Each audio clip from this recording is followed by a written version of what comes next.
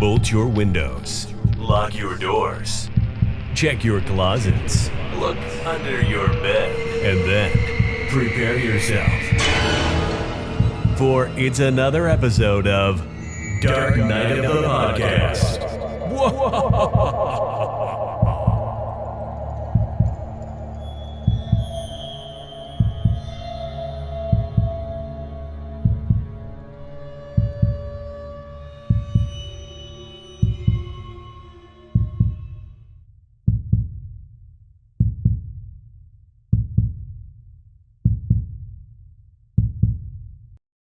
Dun, dun, dun, dun! Ladies and gentlemen and gentle-queers, it is the fucking moment you've all been waiting for. The fucking moment you've all been waiting for the past month. This bitch has been out lollygagging around, and she's finally making her way back to the podcast, guys. Oh, it's been a long time coming, but everyone, guess who's back? Back again. Shady's back. Tell a friend. Here he is, Roger. Welcome back, welcome back, welcome back. Oh, that fanfare. I told Troy, I said, if you don't give me trumpets, I'm not coming. I'm not coming. I've only been gone for a month, but it feels like 7 years. I swear to God. I feel like I've been gone forever. I feel physically more exhausted. I feel a lot of things, but God, I'll say last night, Troy and I recorded our first Patreon in a month, and it was nice to get the fucking shoes back on and take off running. Let me tell you, I missed it, and I missed you. I missed you too. And yeah, we dived right in and got that Patreon episode done. Speaking of Patreon, we have 60 episodes, Roger. 60. 60. Yeah, if you guys have been, enjoying our show and want to hear extra stuff, it's up on the Patreon. Just go to patreon.com/Dark Night of the Podcast. We're being pretty consistent. But yeah, that was our first reunion back after a month. I've missed you, but it also gave me an opportunity to have some great guests on. Oh my God, some of your guests. I know, I gotta thank the trio of Chris's that I had, and then Erin, of course, Erin Gilmer from Manic Monday Movie Podcast. She came on and we just talked about Night School, which was a blast, and a female perspective on that. So guys, hopefully, even though in Roger's absence, hopefully you still continued to listen and really found some enjoyment in the episodes we did and the guests I brought on. I think we really picked some titles, Roger, that I don't think me and you ever probably would have picked. No. And what I really like about the people that you chose, the guests that you chose to come on, is a good amount of these are people who I know that listen to our show. And I really think how cool that you kind of just reached out to some of our fan base. Like, you got some really awesome, people we've worked with and so forth, like, Chris Jenner, having worked together on Teacher Shortage, like, the people have wanted him to come back. I know it was a comment that has been made by a few of our listeners, bring him back because he was so good on one of our earliest episodes. I think he was our first guest, was he not? Yeah, we did Sleepaway Camp. He was. Yeah, first guest. But the fact that we, I know, Erin has been a supporter from day one. Like, of course, bring her on. Bring her the fuck on. Like, let's hear her talk about horror because she's a supporter. She knows the genre. I can't wait to sit down and get to listen to that episode. As our listeners, I'm sure, are aware, I just got back after filming a large majority of my film Meat, which fucking happened. I'm exhausted, and it was so exhausting that I actually developed early onset of pneumonia after the fact, so I have been ill. So please be patient with me. I do sound like what I imagine if a corn husk had a voice. I feel like it would sound like me, but here I am, and I'm ready to jump back in the pool because some of these guests, you guys had so much fun talking about some great fucking titles, and you're right, you guys kind of just reached out into the atmosphere and grabbed some random shit that I never would have thought of, and that makes it all the more exciting to sit down and listen to these. Yeah, no, it was good. I was a tad nervous, really, going into it, but the guests were great. We had great conversations about these films and a few hidden gems. Yeah, Terror Tract, one that does not get talked about a lot at all. But then when I posted that we'd covered it, all these people come out and say, "Oh yeah, that's just an underrated gem." So, a Night School, one that I hadn't seen that forever, and Erin picked that one, and I'm glad she did because there's this huge feminist perspective tint to the film, and she was the perfect person to come on. And of course, Chris Moore from Homos on Haunted Hill, he's always great, fellow filmmaker, and we had a blast talking about fucking Sleepaway Camp 3 and that fucking what's Michael J. Pollard seducing the big-breasted women in that film. How I don't know. But speaking of films with big-breasted women, I mean, yeah, what a beautiful segue. A beautiful segue into a title that I think a lot of our listeners are going to be titillated when they find out what we're talking about today. And this one's all on Troy. I said, Troy, welcome me back with a good one, and he absolutely fucking delivered. And I mean, I'll say I think if there's a top 10 movies that across the board, if you listen to a horror movie podcast and you're going to say, what are the top 10 movies I want to hear this podcast talk about, I assure you that this title is going to fall in the top 10 regardless of the podcast. If you're covering horror movies, the fans are going to want to hear you talk about this one. It's such a staple. It's such a landmark movie in its own right, even though it's fucking bonkers, batshit crazy nonsense. It's such a fun flick, and I think it has a diehard fan base for a reason. And the fact that you picked this one, I can't think of a better time as we segue from my grand return to what is going to be a very busy couple of weeks for us as we gear up for the Houston Horror Film Festival. So we definitely need to make sure to hook our new listeners with some great material as we get ready for that. And this title, I think, is the right call, Troy. yeah, that's coming up quick. It's coming up in August here, August 11th through the 13th. We are, of course, in Houston for that weekend for the Houston Horror Film Festival, which, of course, I'm part of. Roger has joined the kind of the little cohort, and we host panels and whatnot. But I am mainly responsible for actually the film screenings of the Houston Horror Film Festival. So while Roger has been busy filming meat and whatnot, I have been eyeballs deep into watching every submitted film that we've had this year, which we're breaking records in terms of the numbers of films we've had submitted this year, especially feature films. For some reason in the past, feature films seem to be the ones that we really don't get a hefty amount of. Shorts tons, but this year it's kind of we have a lot of features. So, and I feel it's my responsibility since I'm in charge of the film festival and I kind of run it all weekend that I watch every film. I mean, we have judges as well. It's not just me. I don't make the decisions. We have judges, but I will tell you, I've been eyeballs deep in watching films. I mean, for the past 5 days, literally from the moment I'm up until the time I go to bed, I am watching submissions. Roger knows this. Tony knows because I feel like I need to watch all of them. I owe that to the filmmakers who submit, and we got some great ones.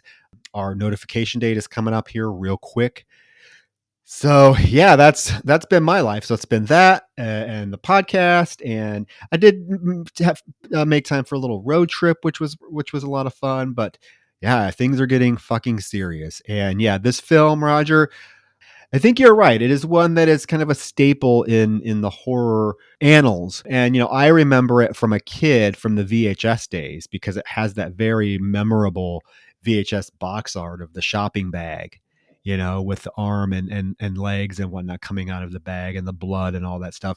And of course, we're talking about none other than Chopping Mall, aka Killbots, which I personally feel is a better title for the film. Chopping Mall to me, especially when I was a kid and I saw the VHS cover art and I saw the tagline where it's like shopping cost you an arm and a leg. My insinuation was the film was about like a killer in a shopping mall, like Eric's Revenge, but it's not. It's not really even. I don't know, Roger. Would you call this a slasher film? I think it kind of starts in a way that you're anticipating it's going to go that direction. I wouldn't say that it maintains it. Which, for better and for worse. In some ways, one of the reasons this movie is held up as much as it has is because the outcome of what the villains are, which are these fucking goddamn protectors, they have a strange amount of spunk and personality that I would never anticipate from killer robots to begin with. They're always given like sassy glares, cracking one-liners, even though their monotone voices really don't have the ability to actually have expression. They still manage to somehow. And yeah, I think that the robots are both like the highlight of the movie, but also kind of like the Achilles heel, because unfortunately, this movie is never able to becomes something that's ever remotely scary. Let's be real. This movie, it is not a scary film whatsoever, but what it is a very entertaining one. So yeah, while the title is definitely, I think the title alludes to an experience you don't necessarily get from this. What you do get from it is still something very memorable, and that's why, like I said at the beginning of this episode, this is a hot title for fans. This movie has such a fan base. They want to hear people talk about it. They want to hear you bring up the standout moments, the exploding heads, the women being set on fire. There's things to discuss in this movie that are very memorable for fans of the genre, and I think there's a good reason for that. Yeah, and also we have to acknowledge it's a lean, mean film, and by that I mean this film is brisk. It clocks in at barely over 75 minutes, so the pacing of this film is spot on, and I think that that's one of the things that makes this film so accessible and entertaining is that it never wears out its welcome. This film could, as you mentioned, the robots could become quite, I don't know, you could get over them real quick, but the film never overstays its welcome. Scenes move along at a brisk pace. Once the cast starts being killed off, I mean, it's nonstop action. I mean, I tend to maybe put this under the umbrella of not necessarily a slasher film, but a horror action film, because I mean, you're getting guns, you're getting explosions, you're not getting chopping. There's not a lot of chopping that's going on in this film. These robots, they're electrocuting people, they're blowing people's heads off. Yeah. So this film, again, my first impression of it as a kid was that box art, and of course, as a kid in a VHS store, you're wanting to watch this. And I do remember, like, the first time seeing this, actually being a little disappointed that it was robots. Now looking back on it, yeah, it's a hoot. It's a hoot, and of course, we're talking about Chopping Mall. If you haven't figured it out, so yeah, we're gonna get right into discussing Chopping Mall. Roger, are you ready? I am. Troy, I'm very excited you picked this one because I'll say the last time I looked at this title, it's been years. I feel like this is one of those movies a lot of people like to sit down and watch it kind of religiously. Like, it has such a hook factor, but somehow I've like kind of evaded it, and shame on me for doing so. But it did make for this like revisit to be something kind of fresh and fun, and there are moments I forgot. There are things that happened I kind of forgot about. I was taken by surprise again. So I am really happy that you picked this movie. I think that, one thing that catches me right off the bat revisiting this film is when you sit down, you look at the cast of characters. We always like to sit down and dissect the characters that are presented for us and whether or not they're likable, if they're, well played, how they're handled. The way this film is structured from the get-go, I can't tell who the lead of this movie is until the final 5 minutes of this film, and for me, that's kind of an issue.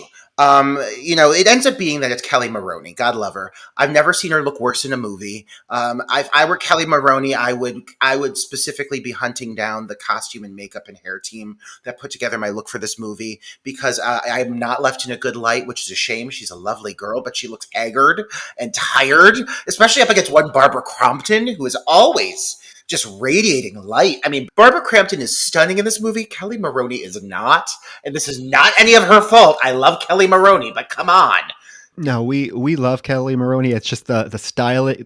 Yeah, the styling in this film. I know what they were going for. I know exactly what they were going for with her. It's sort of the Jamie Lee Curtis syndrome, right? The final girl that has to be the dopier one. I don't even know if that's the right word, but you have her compared to, yes, one Barbara Crampton and one Susie Big Jugs Snyder, who are both stunning blondes. And I think that, she is supposed to be the Kelli Maroney character. Allison is supposed to be like the outcast, kind of I don't want to say like the dork. Let's just throw that out there. Because even at the beginning of the film, you don't get a lot of character development in this film. Let's also put that out there right away. But even at the beginning, it's hinted at that Barbara Crampton's character is trying to convince Allison that she has to come to this party because she has no friends. So I get it. They were trying to make her look dour, but come on, that hair, oh my God, those jeans, love her to death. I much prefer in a cheerleader's costume in Night of the Comet. Oh my God. They're not doing her any fucking favors in this goddamn movie, this poor girl. And you're right, like the character development in this film is absurdly thin. It's because it's such a short movie, but like We recently watched another movie set in a mall, and I kind of almost questioned whether or not it was the same mall that this was happening in, which is Eric's Revenge. Phantom of the Mall, Eric's Revenge. And say what you want about Eric's Revenge, but at least that movie gives you some context as to why people are acting the way they're acting and doing the things they're doing in this movie. I mean, you've got character tonal shifts that happen like out of fucking nowhere. Barbara Crampton, Susie, goes from being rather likable and endearing to the most obnoxious, hateable character I've ever seen in a horror film. She's so annoying for the last 5 minutes of her existence in this film. Comes out of nowhere. And I do think that the writing here is, I get it. They're trying to keep it tight. They're trying to get it to move fast. But in this movie, when you compare it to an Eric's Revenge, there are supporting characters in Eric's Revenge that get more focus than the major characters do here. I mean, in Eric's Revenge, you got the owner of the mall. You've got the mayoress, characters who are secondary but still manage to kind of step up and have a prominent purpose in the plot and why things are the way they are and why things are moving the way they're moving. In this, you don't have any of that. You're briefly introduced to some characters that you think maybe are going to have a little bit more of a focus, like you get in this very opening scene right here. They never come back. They're never focused on. The only characters that do receive any focus at all are the teenagers. And again, full circle, they're horribly underwritten. So it does make for a film in which I really don't care about the outcome. I don't care about any of these people. They are all disposable to me. Well, yes, let's get into this opening scene. The film wastes no time kind of giving you the basic plot line. Like what are we watching? And it opens with a man breaking into a jewelry store and stealing some jewelry inside this mall. And on the way out of this mall, he is, of course, stopped by this robot. These robots they're all built to look exactly the same, that basically tells him to stop. And of course, the robber does not stop. He takes off running and this robot shoots at him. And you literally get the scene of this man running through this mall as this robot is in full speed pursuit, just shooting this poor guy until he hits him with, I guess it's a sleep dart is what it's said, but this guy looks dead. I mean, he falls. Who's approving these things? Who's approved? What government office said this is okay to sick these things after people? I'm also in awe of the fact that these things move a breezy 10 miles an hour, yet manage to always capture their perpetrator. Like, I don't understand. Overall, how these things work, the mechanics of these things is one of my biggest issues of the movie because they are inconsistent to say the least, Troy. Like these things, the protector's abilities are all over the place. They go from blowing up heads and sawing through metal doors to at certain points they can't even get through wood. Certain times they're shooting laser beams out and hitting people and people aren't even affected by them. And all of a sudden, 5 seconds later, they're setting a woman on fire. Like, I don't know how powerful these things are. They keep busting things out that I do not anticipate. Like, they keep you on your toes. I'll say that. But I couldn't sit down and tell you, Troy, if you're going to ask me, like, describe the protectors and what their abilities are, I'd be like, they could do everything. They probably got hoses in them, like things that we haven't even seen. They probably have little cannons. I mean, they definitely have at least 7 varieties of lasers because they're able to fire those purple lasers out and blow people's arms up. They're able to shoot that little laser through metal doors and cut holes through it. I mean, like, I can't even tell you what these things are actually designed to do. Like, I'm not sure, but they're out to stop their nemesis no matter what. Well, that's because you're like Mr. and Mrs. Bland. You're not listening. You are not listening to the presentation, Roger. If you shut up and listen to Dr. Simon describe what these robots are for, maybe you would learn something because that's what this is. It ends up being a video presentation that this doctor is giving to the mall. Are these mall employees or are they just like random customers that are sitting here? What? That's definitely a gay man and his female best friend. Like that gay and that woman are over it. And again, examples of characters that should have come back. You know who it's Paul Bartel and Mary Warnoff from Eating Raoul. And then of course, Mary Warnoff, we know her from House of the Devil. Yes. Mm-hmm. So, I mean, horror icons, but yes, I'm so confused of what their place in this film is supposed to be. Like they're making wisecracks during the presentation. Like he makes this awful comment about how, like she says, oh, they look like the Three Stooges. And he's like, well, no, that second one has a unpleasant ethnic look to it. I'm like, what the hell does that mean? Okay. definitely a little off color.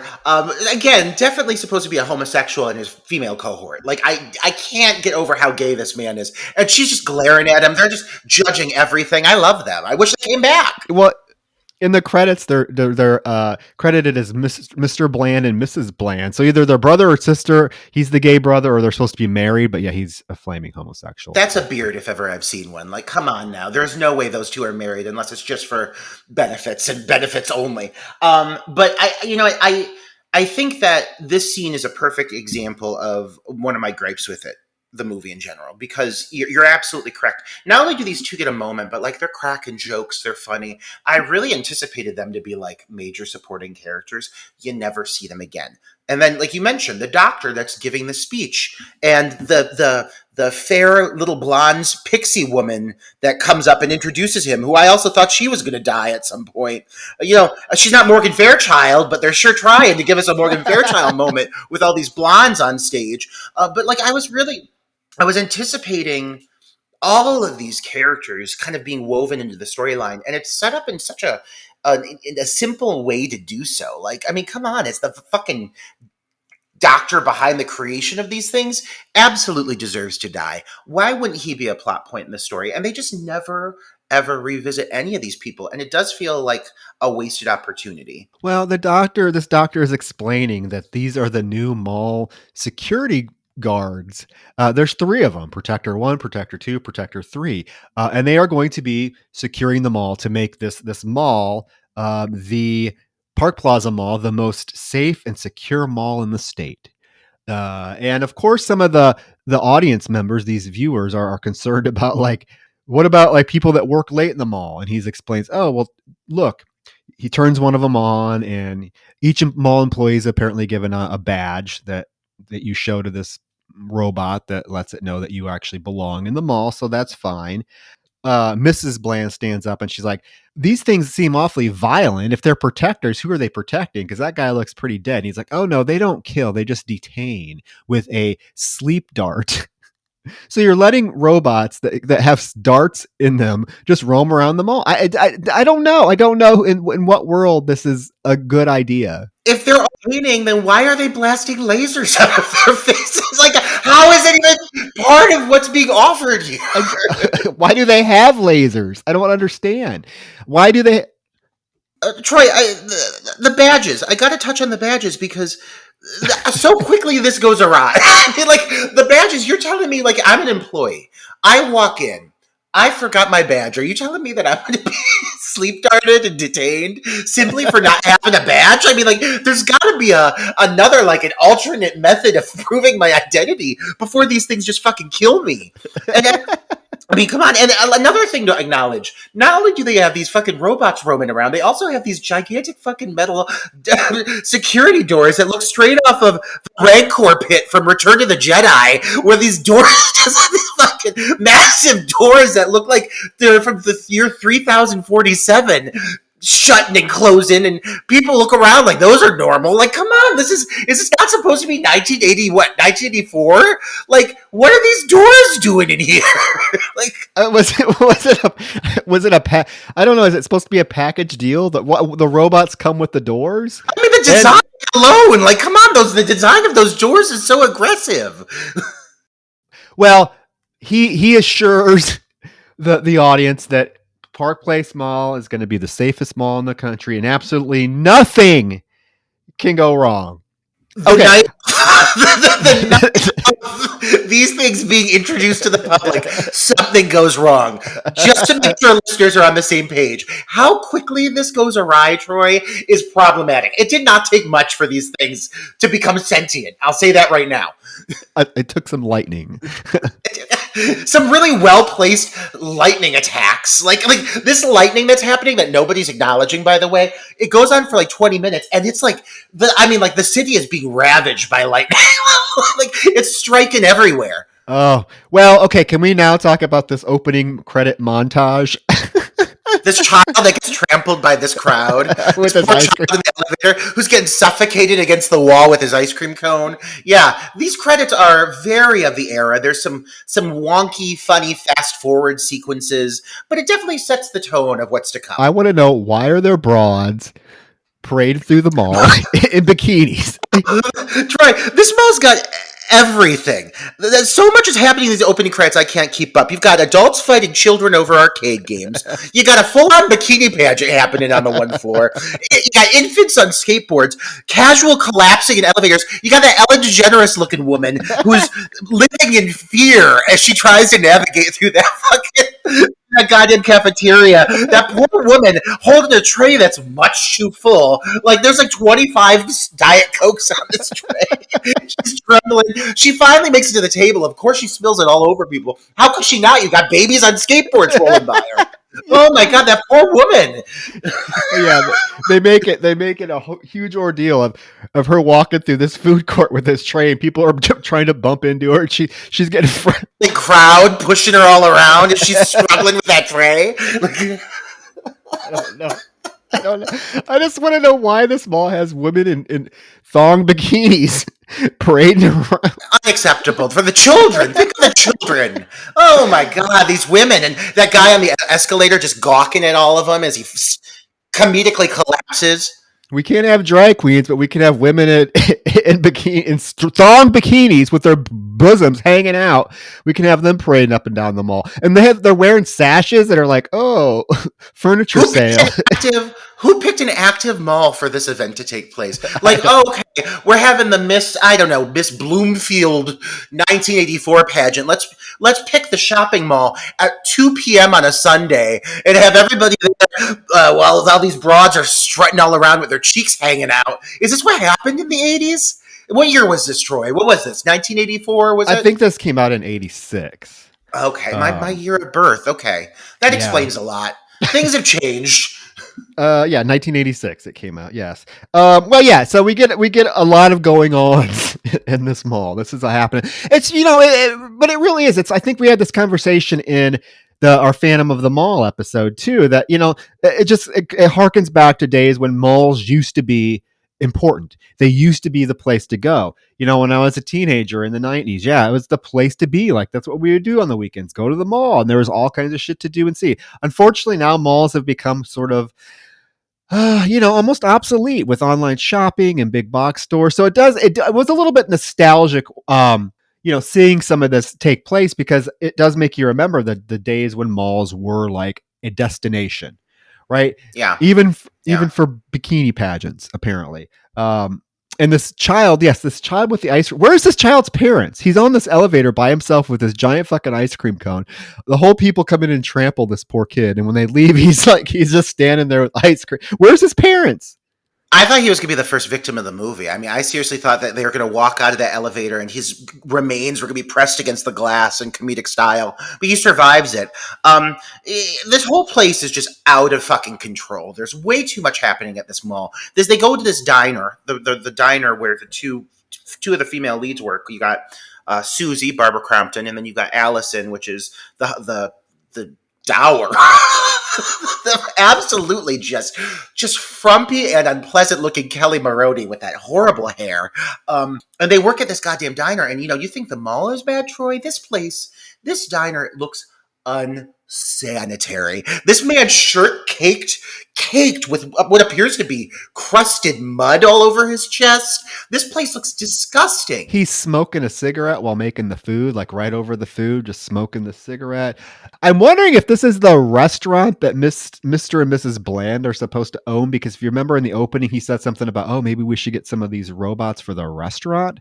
So I wonder if that was insinuating that they own this place. But if they do, they're not doing a very good fucking job, because this cook is disgusting.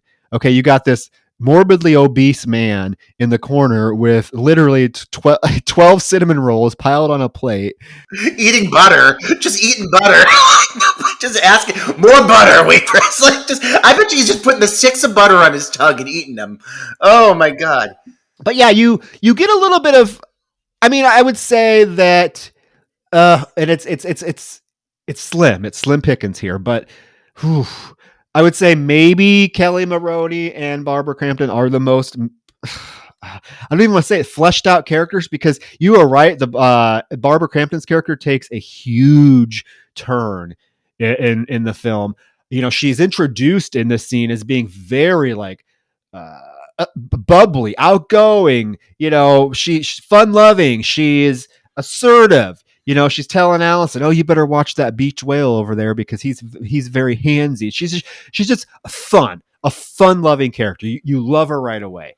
You get a little bit of dialogue to kind of know that there's something going on that evening that the Susie character is trying to convince Allison that she needs to come to. And Allison's like, I don't know anybody. And Susie mentions that she's going to hook her up with somebody as a kind of a blind date. That's all you get. That's all you get with these two. It's, I don't know. I don't know. I wish we could have spent a little bit more time with the characters because I think of another film that's very similar in premise that's not Eric's Revenge, but I'm thinking specifically of Hide and Go Shriek, which takes place in a furniture store. So does this one. It just happens to be in a mall.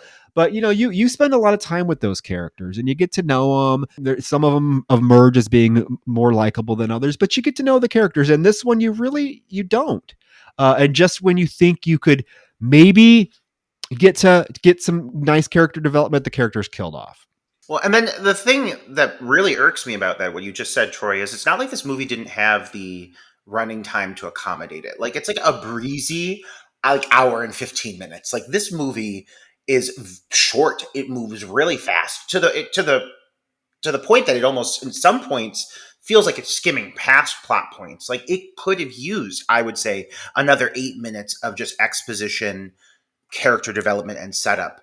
Sometimes we talk about it being a benefit when a movie has a fast pace. I think this one moves too quickly at times. It just doesn't make sense. I mean, like, let's be real. It's about killer robots in a shopping mall. Does it need to make sense? Not necessarily, but still, like, if you're going to explain away these things coming to life by being hit by lightning bolts, like, come on, at least throw me something here. Like, I have a brain that's capable of understanding more information than you are handling to me. Come on now. Okay, so we're going to move into this scene because this scene when the robots or when their hub, I guess, which is on the roof. Why the fuck would you put a hub on the roof in the begin with? Poorly designed. Don't you think it would be secured somewhere? But it's on the roof. It gets struck by lightning. Okay. And yes, this lightning storm is intense, but nobody seems to care. Nobody seems to notice. It starts an electrical fire, and apparently it causes the robots to malfunction. My question is, the robots malfunction. We cut to a security guy, Marty. He is in his security office looking at a Playboy magazine, as you do, I guess, as a straight man. He pulls out the centerfold. The protectors are all lined up behind him. And as he's looking at the magazine, the centerfold, all of a sudden one comes to life and like shoots its hand through the magazine and it goes into his neck and kills him. I mean, it rips his throat out pretty much. My question is so the lightning caused them to malfunction and the malfunction causes them to immediately just kill everybody, people that are just like sitting there. Like you would think the malfunction would be more along the lines of what we see later in the film where, there's people walking around the mall. These things come to life. They're like, hey, where are you supposed to? They just kill some random dude sitting there looking at a Playboy girl magazine. It's like right away, it's setting up kind of this wonky premise of, these things malfunction to become killers, but it's really not in line with like, they're trying to really protect the mall and their malfunction is that they don't understand that these people that are in the mall belong there. They kill the first person they see by ripping his throat out. I don't know. I don't get it. It's too simple. I mean, it's too fucking simple. Everything in that opening sequence, all that exposition's thrown out the fucking window.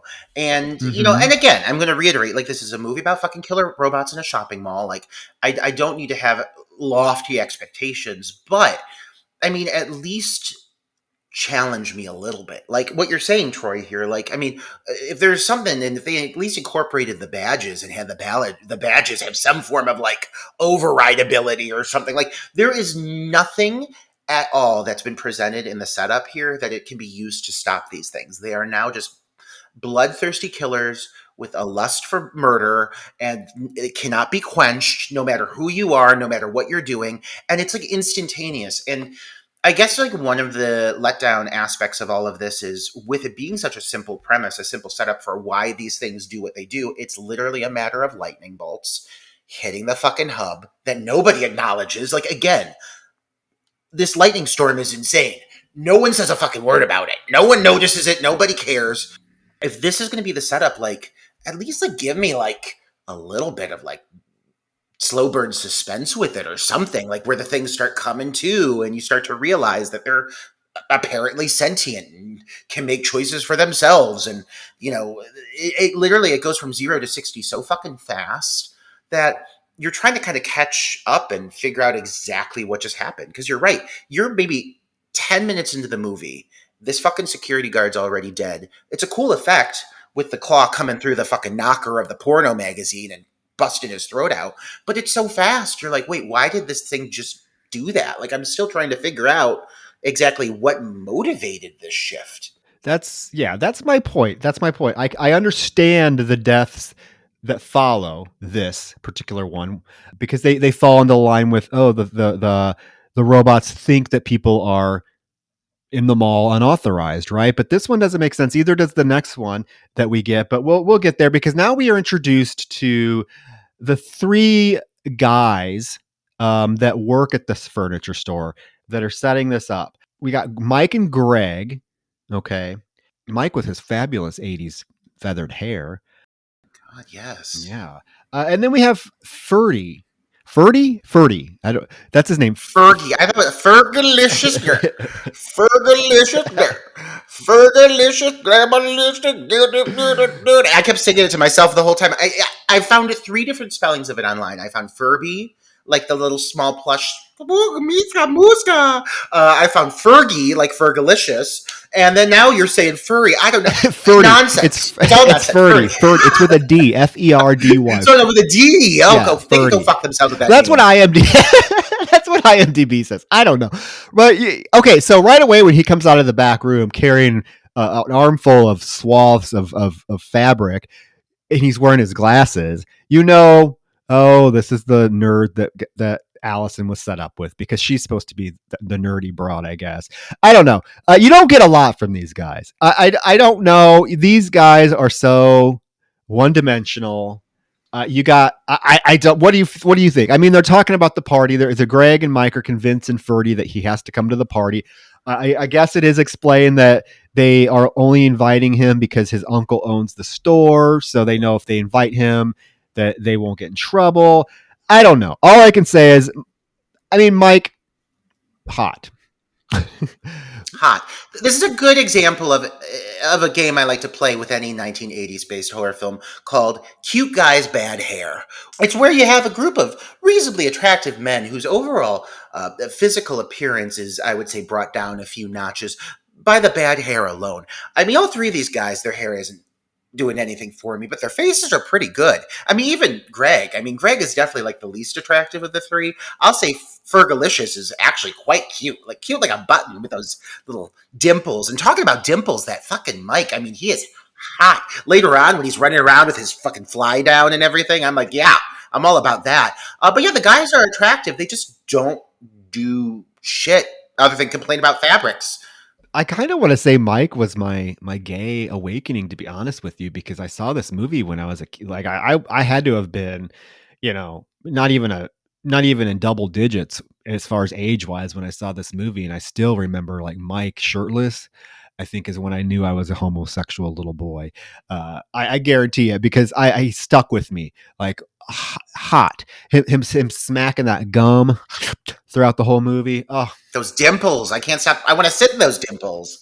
Yeah, but they really the guys are interchangeable. Like they all look similar. Okay, well let's talk about that. Let's talk about that. All the guys look similar. All the fucking girls look similar, except that one brunette that shows up Linda for some reason. Linda, yeah. Well, we haven't got to them yet, but he's a welcome addition to any fucking movie. Russell Todd. Let's just talk about that here when we get there. But yeah, you got 4 guys ultimately that look exactly the same. All shag haircuts. Similar. All shag haircuts, all brunettes. Okay, similar builds. And then you got 3 blondes. Mm-hmm. You got Susie.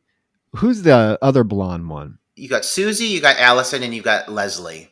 Leslie, she's Leslie with the big tits. Knockers. Yeah. Big old knockers, Leslie. But yeah, they're all interchangeable. The girls are interchangeable with each other. The guys are interchangeable with each other. Well, and you, to be honest with you, Leslie and Barbara Crampton and Susie Snyder, the two actresses, they look very similar to begin with. They do, even down to their bangs. Yeah. But no, so you get the guys. The guys are great. So they're planning this party, and yeah, I mean this is about the extent of the character development that you get from all the characters, really. I think that it's a bummer, this next sequence that you have that comes up with Linda and Rick, because you mentioned her being the only brunette. I really felt in the hands of a more capable screenwriter that they would have understood that in introducing some of the skill sets that they introduced in the character of Linda, taking this the direction of making Linda the focus and possibly the female lead would have done the story a lot of good. She clearly understands how to like fucking jump a vehicle or whatever the fuck she's doing. Like she's talking about it right away. Later on in the movie, she seems to be the only one who's got her fucking shit together. She's not losing her shit like Susie falling through fucking goddamn air vents and having panic attacks and shit like that. Linda seems to have her shit together. She understands the basics of what's going on. She has some reasonably smart exposition to throw in when needed. And she ends up being a character whose outcome is completely disposable. So I really was kind of feeling that they might take this the direction of giving her a little more focus. I think it's a shame they do not, because both of these characters feel far more like Final Girl and Final Boy, because he's capable with a fucking shotgun. They really felt like they were going to step up more and were not given the chance to do so. They are the two, I would say, the two most take charge characters of the entire film. And I found it interesting that they're like the last ones to come into the film that we're introduced to, but they actually outlive pretty much everybody except who ends up being the final couple. But yeah, both of their death scenes are super disposable. They just happen so quickly, and it's just glossed over, really. But we get the scene where we're introduced to them, and it of course is Rick and Linda. Rick is played by Russell Todd, who we all know and love from Friday the 13th Part 2. Stunning man. But yeah, they're broken down on the side of the road in their truck, and she right away is able to get it started. I don't know how I feel about this, because it's like hinted at that they just got married, right? And they just started a towing business, but yet they are going to a party in a furniture store in a mall with some teenagers. I don't know how I felt about this. Like, I don't know. Like, I get the fact that, okay, you're having a bunch of, mall employees friends gather in this furniture store for a mall, but I'm sorry, Roger, I cannot buy that a married couple who just opened their own business is going to be like, oh, it's Friday night, let's go party in the furniture store in the mall with Susie and Big Tits. I don't get it. I don't buy it. Well, and I understand that Fergalicious' father apparently owns this fucking store, but I'm sorry, that's not enough reason for these people to avoid like being arrested when they're discovered just hanging out in a closed shopping mall, hanging out, drinking, fucking in a store. Like, it ain't no big deal. Like, there's an orgy that's hosted in this furniture store, and nobody seems to care about it. And like, I mean, are there not? I know there's robot security guards, but there's human ones too, are there not? Like, come on, these people are dancing, kicking their legs up. Barbara Crampton's kicking them up like no one's business, and then they start fucking in this store. Like, did nobody think about like the potential for punishment that might come with this? And it's not even a private store. Okay, at least it's fully open. It's fully open, and you got fucking Susie and Fergie sitting there on the couch while everyone's fucking right next to him. At least in Hide and Go Shriek, that furniture store was like 3 floors tall, so they were able to spread out. You got them fucking right on top of each other in this, and nobody's batting an eye about it. Well, they got one of those metal gates that you just can look through. Like, I mean, if a security guard walked by and saw all these people fucking in this store, people are getting arrested. Don't tell me they're not. No, don't tell me they're not. Meanwhile, the city is still under attack by lightning. I need to make it clear that this is still an ongoing thing. No one's brought it up. There hasn't been a single news report about it. No one cares that this massive lightning bolts are striking the roads. They're hitting buildings. I mean, like, it's worrisome. People are in danger. Nobody says.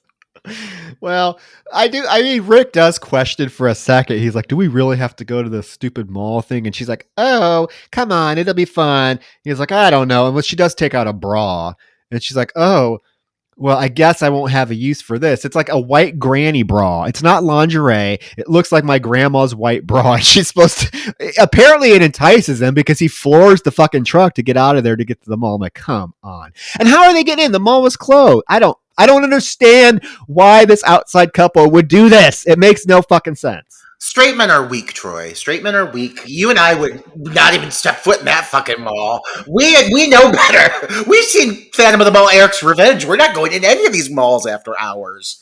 Oh my Apparently, god! a white granny bra is all a straight man needs to. That would be like a guy waving his white Fruit of the Looms at me and be like, "Oh," I'd be like, If it's no." the right guy, like, it's like.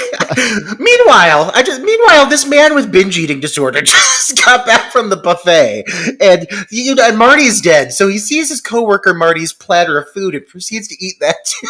And I'm like, that's a problem. Like, did you not? You just told us that you came back from a buffet and you're eating your coworker's food. That's inconsiderate. But so he quickly is surrounded in what is, I think, to be very comedic fashion by these fucking protectors. Like, this is drawn the fuck out. This whole thing of like the protectors coming in behind him. He looks over his shoulder. He looks back. Their eyes light up. They like look at each other. They're all like mumbling amongst each other. Like they really draw this sequence out for not having any kill reveal. This scene is quite the buildup.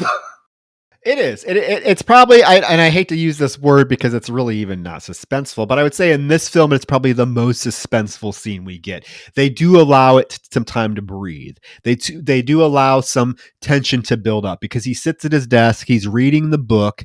Behind him are these three protectors. They come on at different times. And when he hears them, he turns around and looks, and of course they shut off. And it's supposed to be like this big surprise moment because all of a sudden, when you least expect it, well, he gets a phone call that's supposed to be like a jump scare because he's real quiet. Everything's real quiet. And all of a sudden the phone rings and we all jump, right? But then he sits back down and all of a sudden the robot shoots. So not only do they have lasers and sleep darts, but they also like shoot out fucking, what is this, like a spike or something? I don't know, but it shoots into the back of his neck. I mean, I still want to know, like, when you were building these things to be like security for a mall, why were you giving them weapons? Why were you putting grenades and laser beams and high powered machine guns and knives and all this shit into these things that are just supposed to detain a bad guy? Yeah, well, what do they think is going to happen at this fucking mall? Like, what scale of criminal activity requires fucking laser beams? But here we are. These things are very dangerous. And yeah, and I think they also have like a little wire that like shoots out and like wraps around the guy. You don't really see exactly what happens, which again, for such a buildup, I was anticipating so much more, especially when inevitably in this movie you get fucking heads blowing up. But whatever. It's neither here nor there. The scene is kind of disposable. I think there's a lot of moments in this movie that feel like they could have been skimmed away or cut off, especially when you start to get towards the finale. This thing, it comes off the rails. Like, it's literally just cat and mouse for like a third of the film, which again, for having such a thin storyline, I'm kind of shocked. Like, it goes to show just how basic the storyline actually is. Yeah, well, we do cut to Susie. She has convinced Allison. Well, honestly, Allison's dad. She gets off the phone with her dad, and she's like, "Oh, my dad told me I needed to go have fun." And Susie's like, "Great, we're gonna go have fun. And Allison says, "Well, why do I have a feeling I'm going to regret this?" And Susie says, "I would not hook you up with somebody that is a scumball." And they head to the furniture store, and we get this little fun banter where Susie is trying to try on different lipsticks and stuff like that. And it's just like a fun little brief interaction between these two. And of course, Allison is still concerned about who she's been set up with. So now we finally get the party at the furniture store. Ferdy is in the bathroom trying to make himself look good. He tries all these different styles with his collar. He takes his glasses off.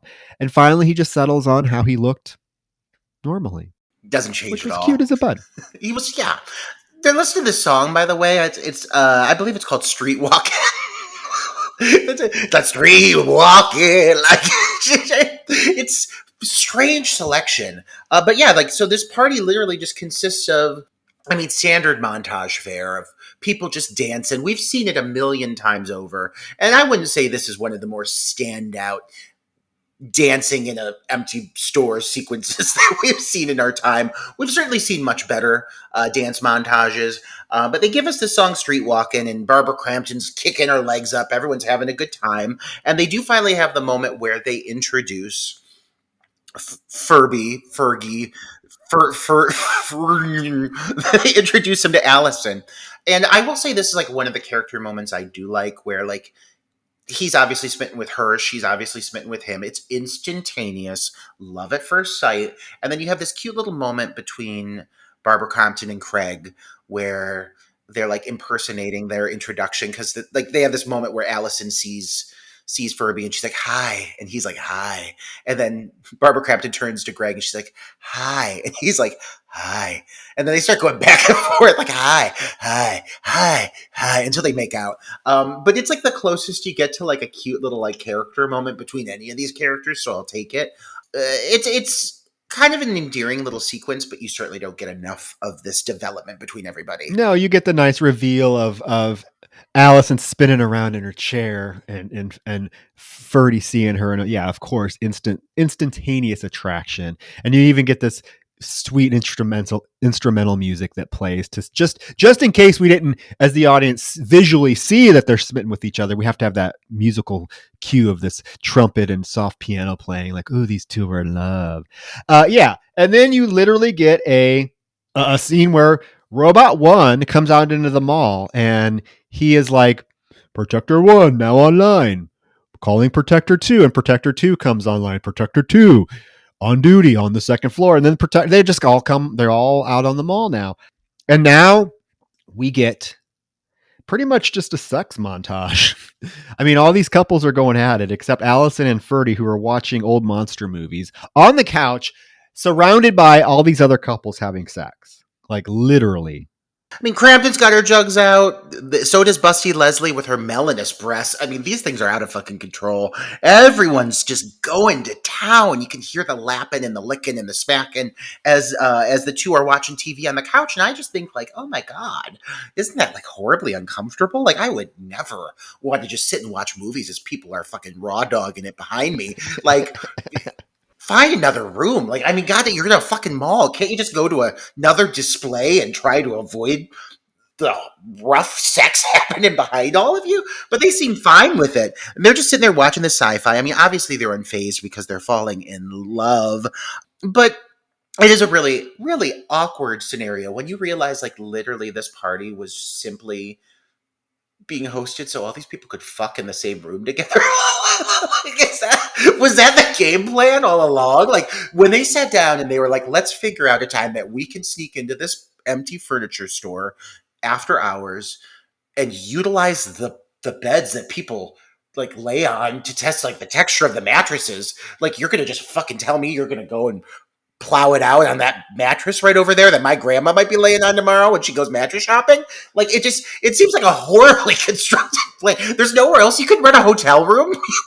I understand it might run you some money, but like, isn't that a little more discreet? Aren't there cameras in this place? Like, you're telling me that these people are just coming here and fucking on the beds? Like, that's that's so unsanitary. Well, did you catch I want to go back because we skipped over a scene. Not that it's an important scene, but I want to point something out because you mentioned like you wouldn't want to be in a situation where you're having all these people fuck around you. I wouldn't either, but I feel like Greg, the character of Greg, has this moment earlier in the film that we glossed over after we're introduced to the guys where Mike is like, I'm going to go meet Leslie. I'm going to go find Leslie. And he does this like humping motion. Do you remember this? Yeah. And Greg is like, whew, I bet you are. And he like looks him up and down. Did you notice that? Like looks him up and down almost like in a sexual way. And then, of course, Mike goes and we're introduced to Leslie as she's folding clothes and her dad can blah, blah, blah. We skipped over that. It's not important. But I just, when you said that, it made me think of that scene that was really weird. If you notice Greg's reaction to Mike's thrusting his hips, he like looks him up and down. He's like, yeah, I bet you are. And I'm wondering, I don't know if there was supposed to be some, and I don't want to throw homosexual over undertones on every fucking movie we watched, but if you go back and watch the scene, you will catch it. And I'm wondering if it was on purpose or if it was just a direction that they didn't really think about it would play off that way. But do you know what I'm talking about? Yeah, I know exactly the moment you're talking about. I mean, I think that especially in this era, like when you think back, there are so many homosexual undertones with everything people did in the 80s. The music, the hair bands, the style, the cinema, everything was queer. There was a weird like fetishization almost of queer culture that nobody actually really talked about, but it was always kind of infused in everything. So I think there's so many moments like this, especially now having done this with you for what is going to be 3 years next week, listeners. 3-year anniversary. Let's also acknowledge that. I mean, you sit me down with any movie from this era, and I'm going to find something with a homosexual undertone for you. Like it's inevitable. It's just how people interacted then. Yeah, and like I said, I caught it. I caught it, and it's pretty blatant if you go back and watch the film and watch this particular scene. So then when you say that, it's also blatant that Greg is the one that set this whole thing up. Like he is the one that set this up. So then you start to think, oh well, maybe he just wanted to see, his male friends. Fuck. I don't know. It doesn't make any sense that they just chose this place to fuck in front of every other. But Greg set it up. If you don't believe me, go back and watch this scene when Mike leaves the furniture store to go Leslie and look at the look that Greg gives him. Like I said, I know I'm gay, but I'm not throwing homosexual undertones where they're not deserved. But I really think there is one here. But no, so they're all fucking, yeah. And there's this moment where yes, Ferdy and Allison are watching a monster movie and she gets startled and he offers to get her some wine. And she's like, are you trying to get me drunk, Ferdy? And he's like, no. I just thought you might be thirsty. And he says, I'll probably be leaving here in an hour. The place is going to be locked up and I'll take you home. And she says, oh no, how about I stay a little bit longer? And they have this moment where she takes his glasses off and they kiss. In the background, you hear the people in the throes of ecstasy. We're screaming, oh my God, you're the king. You're the You're king. the king. What, You're the the furniture king. king? Is he the furniture king? Like the owner of the business? The name of the store is Furniture King. What a title to bestow upon someone. A very specific thing to compliment during sex. But yeah, very awkward scenario. The whole thing with people fucking in that room together. It's weird. It's very 80s. Very 80s. I guess. Now we are introduced to this janitor who is mopping up what appears to be like a spilled milkshake or something in his cup. Okay, so there are other people in the mall. Are you trying to tell me they can't hear this music playing? This mall can't be that big. I'm sorry. It's a 3-story mall, but I'm sorry. If there's a store blasting music in an empty mall, you are going to hear it. You are going to hear it. If there's people screaming, you're the king, you're the furniture king during lovemaking, you're going to hear that too. But these security guards, well, first of all, this poor fucking janitor being harassed by his coworkers who are drinking on the job, mind you. And this poor guy's just mopping, bitching about life. This poor man from New Jersey, look, just fucking cleaning up the spilled milkshake only to be slaughtered for doing his job. Yeah. His coworkers are leaving and they're razzing him. They're like, don't get locked in again like you did last time. And yeah, he's mopping up a mess. And when one of the robots shows up and knocks the mop bucket over. And of course, the janitor will yell, you clumsy piece of junk. And of course, the robot asks for his ID. Can I see your identification badge, please? He shows the ID to the thing. Of course, it just like sort of ignores it. And then it like shoots out these prongs on the floor around him. And the janitor's like, what the hell is this? I knew you things were just pieces of shit. And he raises his mop to like hit the robot with it. And the robot able to electrocute him with these prongs. So, okay, so now we have another weapon. These things can shoot out electrical prongs, as well as machine guns, lasers, knives, things to rip your throat out. I really believe, I'm starting to believe that there is a conspiracy theory by the people who built these things, that they knew these were going to go on a murderous rampage. Why would you give a mall security robot the ability to electrocute somebody? It makes... Oh, they need to be held accountable. These things were clearly built for war. Like, these things are built to send onto the battlefield. They have no business being in a public mall. And the thing that really irks me about this moment, we touched on this a little bit earlier, but like, it specifically knows to ask him for his ID. So it's not like these things are completely like fried and just don't understand like their basic tasks and responsibilities. It asks for the ID and then it like chooses to like kill anyways. Like it sees the ID and it still fucking electrocutes this man in very comedic animated fashion, mind you. There's several electrocution scenes in this movie. They're all animated. It is not what I would call effective. It is rather funny. Even down to like the transitional sequence here after the thing kills this poor janitor and electrocutes him. You have this transitional scene where you have one of the characters say, "Hey, smoking is bad for your health." Like, they clearly structured this in a way that it was meant to be kind of like tongue in cheek and funny. But that's most of the kills in this movie, and which is unfortunate. There's very few kills in this that aren't approached with like a pinch of humor. So it kind of like takes the wind out of all of it. You know, like there's only one or two kills in this movie that are genuinely like they're trying to be an effective kill. Everything else here is like ha ha ha, like busting a claw through a boob in a porn magazine, or cracking a one-liner, or animated electrocution effects. Like, I don't know. I think this is almost stylized, almost in a way to be a horror comedy in a way. I don't know if they intentionally did that, but it certainly feels that way. I definitely believe, knowing the film's director, Jim Wynorski, I definitely believe the comedy is intentional, but still maybe is not handled in a way that translates the best with this particular film. Yeah, and like the editing in this death scene is real awkward because the janitor starts like he's electrocuted. He's like shaking violently, moving about, but then you see shots of his feet, and you can tell they're not even his feet. It's like just a dummy, that there's no movement in the feet. But then we cut back, and his whole body's flailing. Then we cut to the feet again, and the feet are still. So awkward editing choices as well with some of these death scenes. But yeah, so this poor custodian is murdered, and like you said, yeah. The robots know to ask for ID. They know to follow these procedures, but they're gonna just kill anyways. Why didn't they ask the two security guards that they killed? Why didn't they ask for their ID? I don't know. Doesn't make a whole lot of consistent sense. But back in the store, yes, Leslie is whining because she wants a cigarette. She ran out of cigarettes. And Mike offers to go get her some Camel Lights that one of the employees has in the register. She's like, "Oh, you know I only smoke Virgin Lights." And he's like, "Well, what do you want me to do?" She's like, "Oh, there's a machine down the hall." So he agrees to go get them, asks for his badge. And then, of course, as he's walking out, she calls his name. He's like, yeah, what? And she turns around and flashes him her big old veiny melons. And she says, "Hurry back." These things are breaking this woman's back.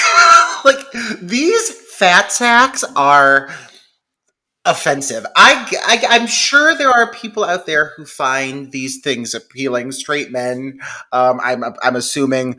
But these melanous gourds are on full display, and I mean, these shiny areolas stretch, pulled taut over her, just busting out. Like, I'm shocked these things aren't ripping at the seams. They're so fucking big. Good for her, though. I mean, I just feel bad for this woman's spine. Like, you tell me there ain't scoliosis going on in that back. Like, come on now. But he's loving them, and I'm sure there's people out there who react differently from you and I, Troy. But I dare say this is just not our big busty cup of tea. Well, what do you think about these doctors, Troy? You like them? What do you think about them? I don't know what to think about. I mean, they're imagine smacking them together. They seem dangerous. Imagine getting hit in the head with one of them at a high speed, like just like. Like you turn and one of them like blindsides you across the face. That'd be scarier than any of the kills that happen in this fucking movie. I'll tell you that much. Imagine getting motorboated by those rocks, like just bashing your brains in. Like, oh my god, She's awfully proud of him. oh Lord.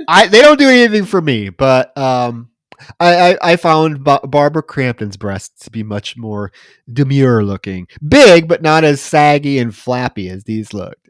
Oh, But yeah, a beautiful, a fine breast that Barbara Crampton offers. They're just the right size. If this was Goldilocks, you've got like, oh, you've got one that's too soft. You've got a breast that's too hard, Leslie's, because they're packed to the brim with implants. You just squeeze it on them. It feels like you're holding a bag of sand, like from the 40-year-old virgin. But then, you got Barbara Crampton's that are just right. When you squeeze those, they feel like real boobs and not like rubber capsules or whatever the fuck those things are. Our fans are gonna love this segment where you two gay men sitting talking about boobs for 20 minutes. well, when they're on display, they put them on display. We have to comment on them. Outside of the boobs, we do get Mike shirtless in his tight jeans. So at least they're throwing us that bone. That zipper down, you can see all the way down. But he goes out into the mall to go to this cigarette machine, just chewing on this gum like a fucking horse. I mean, he is just it's like a fucking. I'm serious. Every time he's on screen with this fucking gum. He looks great doing it, but it becomes like, oh my God, director, why didn't you scale this fucking back some?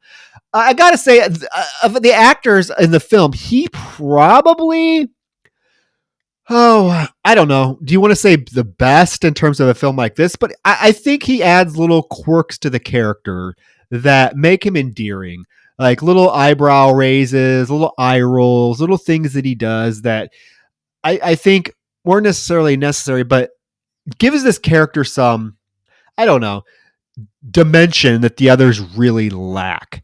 And in this scene in particular, when he's at the cigarette machine and he thinks that someone's coming behind him and he keeps turning around while chomping that fucking gum.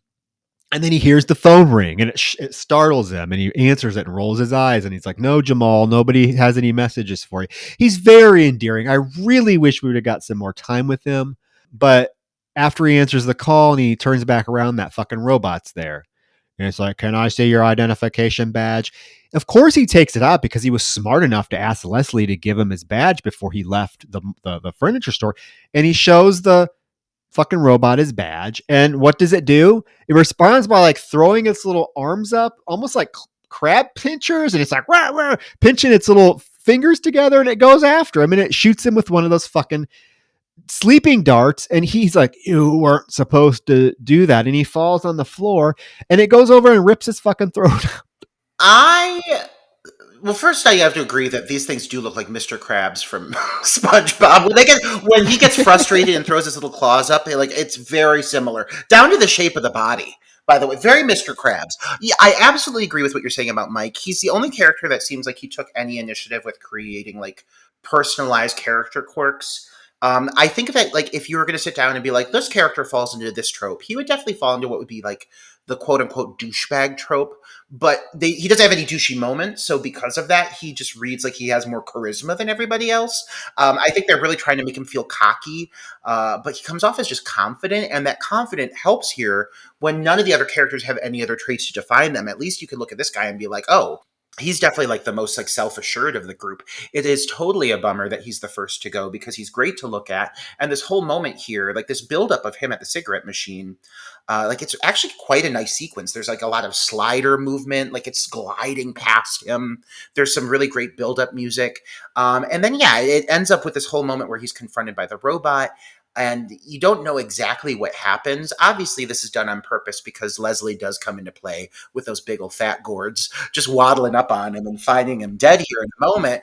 But I would say that the reveal of the body is definitely not as effective as the buildup to it. Yeah, because of course Leslie is tired of waiting. So she gets up to go look for Mike, and she gets to the cigarette machine and she finds him laying on the ground, and she's like, "Get up, wake up." Bless this girl, she's trying, but she's not the strongest at line delivery in a moment like this, because there's this moment where she's like, "I don't need this shit," and then all of a sudden she grabs him and he falls forward, and we see that his throat is indeed has been slit from ear to ear. Okay effect, looks okay. I mean, it's shadowed enough that we don't see, that it might look bad, but from what we do see, it looks pretty great. Of course, she freaks out, screams, and takes off running. The robot takes off chasing her through the fucking mall. And this is the first time we see that these robots are able to shoot. I mean, it's shooting. What is it? Laser beams? I don't know what the fuck this is. Bullets. It's shooting her as she's running through the mall. The others hear her scream, and I mean, she runs right past the furniture store, and of course, one of the laser things hits her in the back, and she stops and turns around and screams. And the others are watching in horror as it literally blows this girl's head off. And let me tell you, probably one of the most memorable head explosions of the 80s. Oh, absolutely. And probably the most memorable shot from this film in general. Like, if you're going to see anything in the form of a GIF or something celebrating this film, it's going to be this goddamn shot of Leslie turning and screaming and her fucking head blowing up. And understandably so, because up to this point, you haven't gotten anything in this film that's been nearly as violent. Like the moment earlier when Mike's corpse is revealed and he's got his throat cut, it looks unusually rubbery. Like, it really is nothing to write home about. And then you have this moment where you have this fucking massive head explosion. Jesus Christ. Blood splattering all across the glass and everything. And it's a great scene. It really is. There's very few kills that follow this that live up to this at all over the course of the rest of the movie.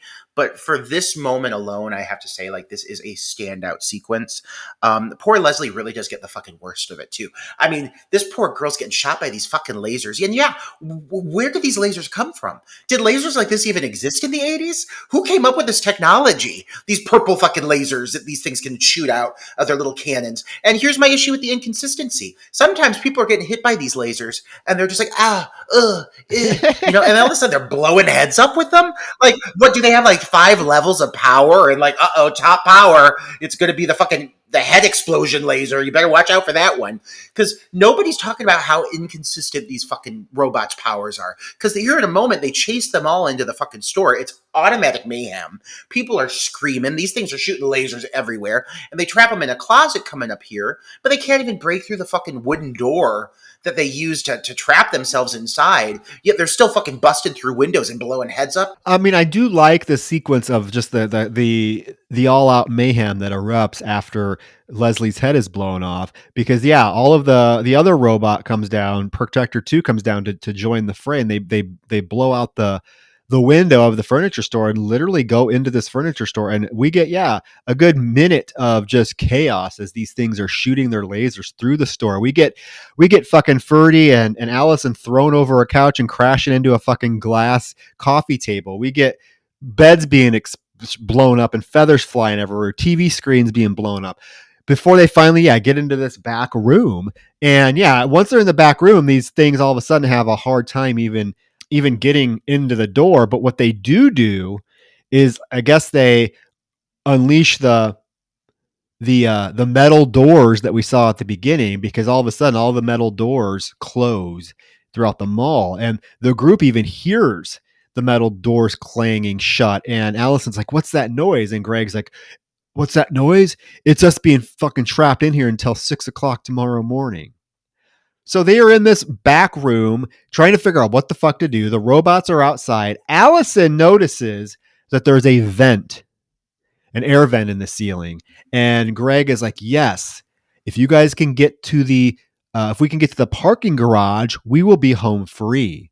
So of course they pull down the vent, and the girls start to climb in. And as the last girl gets in, the fucking things break through the door. And so the guys have no choice but to take off running. They don't get to go into the vent, which, thank God, because they don't have to listen to Susie's fucking bitching. The minute they're in the vent, this Susie character becomes unbearable. unfucking bearable. What the fuck happens? Like, I mean, she has a full-on panic attack. She has a breakdown in this goddamn vent. Oh yeah, she is crying, bitching, moaning. She wants out of this vent. I'm sorry, sweetie. I know you just saw your friend's head be blown off. And can we also comment on the fact that, because I want to start here, can we comment on the fact that nobody ever has a reaction that I would consider like appropriate to seeing like their friend being killed? Do you know what I mean? They see Leslie's head being blown off and they're like, oh, okay. Like none of them are like freaking out. And it plays into like Susie's reaction here because she's like, I want out of this vent. I need to go back down there and help. You just saw these robots blow your friend's head up or head off. You have to know that being in this vent is the safest place. And if you shut your fucking whiny mouth for 15 minutes and climb to the garage, you'll be fucking safe. But she whines the entire fucking time. Greg needs me. What the fuck are you going to do for Greg? You're worthless. Like you're crying. You're a bumbling. It's too hot in here. I need out of here. I mean, you just saw them blow up a ceramic pig with those lasers, and you're telling me that you want to go back down there and fucking hang out with those things? I mean, I think she does mention that they turn the heat up in the vents, which is like they're trying to French fry them out of there, I think is the wording that she uses for it. But yeah, I mean, like, girl, come on. Like, the last thing you want to do is go back down there. Like, Jesus Christ. But eventually she gets her fucking way because she annoys the other two girls to the point of appeasing her. And it is such a sharp contrast, like a drastic flip from how she was acting earlier. It almost feels like they're like, okay, which character do we have a breakdown? Let's just pick a name out of thin air. You know, it doesn't feel like at all considerate of the character that they were writing for up to this point. Which again, it does make you sit down and look at the script and think, holy shit, this thing could have been written by a 5-year-old. It is so simple. Like it really, the inconsistencies scattered throughout the entire script are just glaring. Well, yeah, and there's the moment when Linda's trying to console her. Linda's like, "Come on, Susie, you just got to make it a little bit farther, and we'll be." And Susie's like, "You shut up, you bitch! I'm getting out of here right now." And of course, she does. She kicks the vent back open, and she gets out. I'm sorry, I might be a horrible friend, but I would not have gone back down there with her. If I was Susie and Linda, my ass would have kept crawling until I got to the fucking parking garage. Because guess what? I just saw my friend's head be blown off. I'm not going back down there with these things that can if Susie's ass wants to go down there, let her. But no, they follow her. The guys decide they need to get some weapons. So they head to a sporting goods store and they break in. And of course, they're getting guns and shells. Do you notice the sporting goods store has like guns and shells just out on display? They're not locked away. The guns are sitting there on a shelf like M&Ms, and the bullets are like right next to them. So like literally the guys are like, oh, here's the bullet. I would think that, I mean, I guess it's the 80s, but I would think that guns and bullets would be a little bit more secure, that you couldn't just walk in and start loading a gun from a shelf. But lo and behold, they're doing it. They're doing it. I don't know what it is about the 80s and gun shops in general, but they're fucking everywhere. You could go into like a strip mall and there's just a gun store with fucking like ammunition for a goddamn like AK-47 just laying out on the counter for everybody to grab on. And not only that, but these fucking apparently like teenagers or college students, wherever the fuck they are completely capable of handling semi-automatic weapons. These guys are just loading them up. They're fucking running around, firing at these robots willy-nilly. Like they have a complete understanding of how to handle these guns. If this was you and I, Troy, gentlemen in our mid-30s to early 40s, you and I would probably be like, like trying to fucking figure out how to put the bullets in the shit and everything. We'd have no idea what the fuck we were doing. How do these children, or at least adults playing children, have a basic knowledge of how to operate these things? Again, doesn't make any sense. I'm going to roll with it. The movie's called Chopping Mall. Apparently, your dad just has to be a Marine, and you automatically know how to fire a gun, because that's a reasoning that's given here in a minute.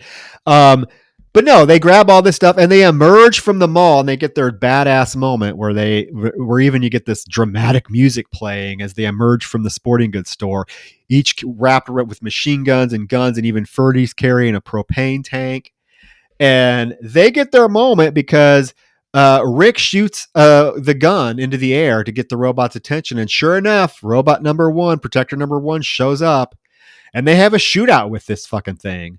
And they're shooting it. It's shooting its lasers back.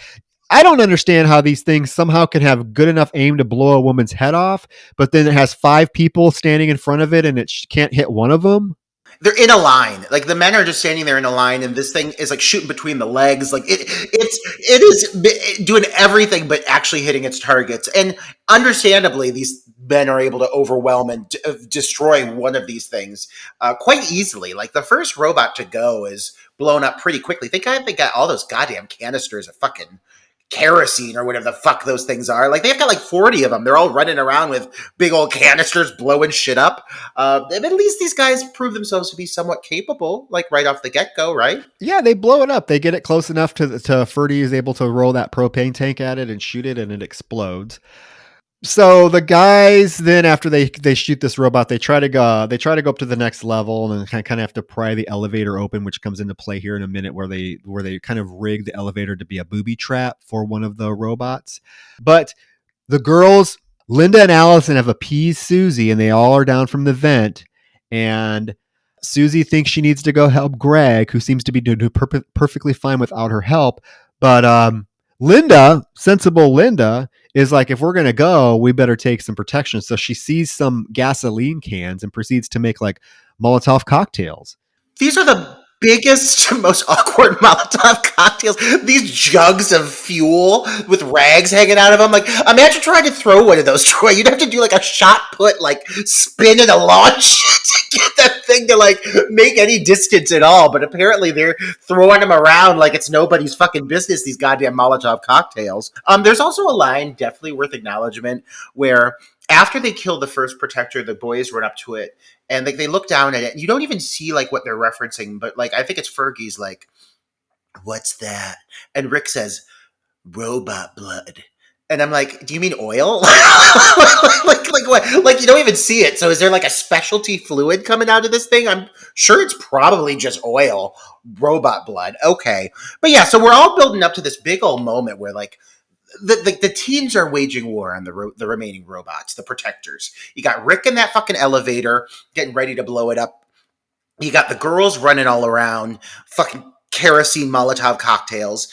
And, you know, Linda is kind of like keeping the girls like together. This is exactly what I was saying earlier. Like she's kind of like the one calling the shots right now. Like Allison has yet to really bust out her one line about her father being in the military or whatever the fuck she says. That's all she's got going for her as to why she knows how to fire a gun. Other than that, it's all Linda all the time, making the right calls, calling the shots. And Susie, at this point, I mean, she's just a blubbering fool. She doesn't know what the fuck she's doing. So when the inevitable happens here to Susie, it's kind of a relief. Wouldn't you agree? Yeah, I mean, yes, because the point that Susie gets into the vent until she's dispatched, she's almost unbearable, and it really makes no sense for the scenario that's going on around them. I don't buy that Susie would transcend into such blabberness stupidity because wasn't really portrayed that way. But yeah, I mean, they get out.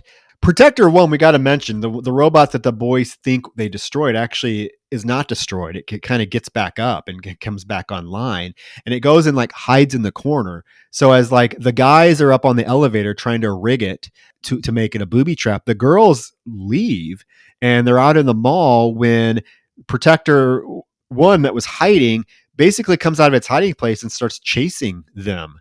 And of course, 3 girls are running. It's shooting at them. It can't hit any of them. Of course, Susie screaming her fucking head off. She finally does get shot in the leg by the laser, and she falls, and she's crawling on the floor. The other 2 girls are just like watching this. Nobody even actually goes out to try to help her. And as the robot approaches, it says to Susie, "Thank you. Have a nice day." And it shoots the gas can that she's holding onto and sets her on fire as the girls just stand there. This is rather intense. It is, but I want to know, like, where are the big reactions? Like, you're watching your friend, because it's painted that Susie and Allison were pretty good friends, apparently, and there's virtually no reaction from Allison's character watching Susie be engulfed in flames and burned to death. Like, literally no reaction. You do have a moment, I think, where you see Greg react briefly. Like, if anyone does have a reaction to someone dying, Greg does get affected a little bit by Susie's death, to the point that I think it almost is part of the reason why he ends up perishing, because he's so fucking distracted by how he feels about all of it. But yeah, I mean, consistently over the course of the film, people's reactions to deaths are completely understated. This is jumping ahead a bit, but when Linda dies, after those two die, the reaction from the remaining two survivors, they like look at each other and like smile at each other and like stroke each other's face and like take off running. They don't even acknowledge that two more people have perished. And so it does make it feel, for like the heft of when people are lost in this movie, you could give two shits. Again, nobody in this film really has any importance or value to anybody else. So it does make for a very kind of hollow experience when people are dispatched. But Susie's death, I will say, in the sense of like drawn out like pain factor, like yes, Leslie's death was the most memorable, that head explosion. But this sequence, I think, seeing this woman literally like waddling around burning alive until she drops to the ground, you can hear her screaming through all of it. I actually think is a rather effective moment, in the sense of just having to watch a woman cook to death as her flesh is being burned off. Like it's rather intense. It's all from a distance. You don't see any of the actual gore, but you don't need to. I mean, you're literally watching a woman burn to death. It's pretty wild. Well, and you can, yeah, and like you mentioned, you can hear the screams, which makes it that much more painful to watch. I just wish her friends would have acted a little bit concerned about what was happening to her. Of course, the guys hear her screaming and they show up, and of course, Greg is like, Susie, and he starts shooting at the robot, and they let it chase them into the elevator. And when they get it into the elevator, Greg is able to get out of the top of the elevator, put the propane tanks on there, and he jumps from the elevator onto the ledge, all safe. And then you get this scene of this group trying to shoot the propane tanks, and none of them can hit the propane tanks on top of the elevator, until Susie grabs the gun from Ferdy and shoots and hits it the first time, and it blows the elevator up. So one of the robots is actually really dead this time, and Ferdy's like, "Oh my god, nice shot." And she's like, "Yeah, my dad's a Marine." This is the only moment with Allison where you get any kind of exposition as why she's capable of doing anything. But up to this point, she hasn't proven herself to be capable. Like, out of nowhere, Allison takes a gun and manages to like operate it. And people are like, "Oh, wow. Where'd that come from?" She's like, "My dad's a Marine." You've had no setup for this at all leading up to this point. So like, it does feel completely out of fucking nowhere with this character. And it doesn't seem like she's really that capable. I mean, like, yes, she is the last one standing. Yes, Allison is able to defend herself against the final robot, but it's not like she's making like the best choices. She's kind of just like in survival mode, fucking hiding under animal displays and shit. Like, she's not really doing shit. But apparently she seems to be the most capable one out of the group out of nowhere. And like, at this point, I'll just roll with it because, again, this is chopping. Well, they go into a storage room, and of course, Greg confronts the girls about why they left the shaft. He's like, "You should have stayed in there. You should have kept her in there. You were safe." And Allison says, "Well, she just wanted to come see you." And he's like, "Yeah, but you should have known better." And he tells Ferdy, because Ferdy's like, "Hey, she gave you the explanation. Leave her alone." And Greg says, "Shut the fuck up." And so he's kind of losing it himself. But Ferdy has the idea that the master computer is on the third level. It should be on the third level. And if they can find that computer and shut it down, then it should shut the robots down. Greg agrees. He's like, "Yeah, let's go trash that motherfucker." So they leave the storage room, and Greg immediately takes off running like a fucking banshee, as the others can't even keep up with him. And he gets to the top of the escalator, and like out of fucking nowhere, this robot grabs Greg from behind and throws him over the ledge of the 3-story mall to his death below on the ground. What a lackluster death for this character. I know, he is so. I mean, he's been a pretty. I mean, none of these characters are prominent, but I mean, he's take charge. He's the one that wanted to have the party. He's the one that gets into he's just thrown over the ledge. And of course, the others are like, oh, darn, poor Greg, and they just move on with what they're doing. You're gonna tell me that he didn't fucking see or hear this thing come like rolling up on him? Like, literally, like, he's taken by surprise at the top of the escalator. Like, he gets up to the top, he calls down, he turns around, and all of a sudden there's a fucking protector just grabbing them and throwing them. But like, you're telling me you didn't see this thing coming from a mile away? These things are like 3'5" and fucking go beep, beep, boop. And they're making zooming noises. They got little fucking tracks on their wheels and everything. Like, this thing is not stealthy. Like, this thing has lasers in it, but it's not stealthy. And you're being taken by surprise by it. You earned that death. I'm sorry. You deserve to die. Like, you walked right into it. Yeah. Yeah. And again, a lackluster death. He's thrown over the edge. Okay. Big fucking deal. But the guys in this film have all lackluster deaths for the most part. It's the girls that get the. Everyone else for the rest of this film has a lackluster death. Like think about who's left. Like, there's not.